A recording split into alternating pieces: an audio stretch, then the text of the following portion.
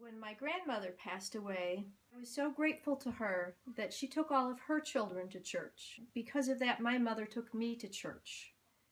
It really helps me when I am struggling. It helps me remember that this is not just important to me. For generations back, it is important in my family. It encourages me. My mother was a very brave woman. She had 5 children, all of them at home. And my mother was a wonderful giver. She would knit and crochet for everyone. She made an Afghan like this for every one of her 15 grandchildren, and of course, one for each of her 5 children. She was a wonderful baker. And I would come home from school and smell those homemade buns. Oh, I thought I was in heaven. I had a wonderful mom, and I want to say thank you, Mom. The sweetest memory to me is of a time in our lives when it was very, very dark. It was a time when my 3 children and I suddenly found ourselves without a daddy in our family. And we established the pattern of sitting around the kitchen table every evening and sharing with each other what the day had held.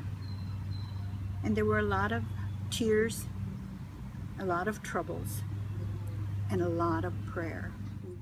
As time went by, that time of sharing our troubles gradually evolved into a time of sharing wonderful stories of all the Lord had done for us during that day.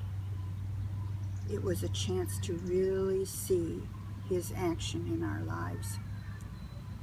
Now those children are middle-aged people, but we are still very bonded and very close, and I credit that time with the close relationship we still have to this day. And I guess the lesson I've learned from all that is to cherish the dark times, because hidden in all that darkness is a precious treasure.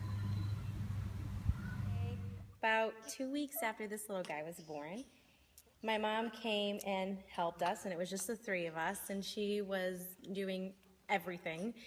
And I remember turning to her in the kitchen and just telling her that I get it. I finally got all the love and the sacrifice she made for me to make me the person that I am today. And that's what I need to do for my son, and she's prepared me for that. You're never truly prepared for how much you're going to love them.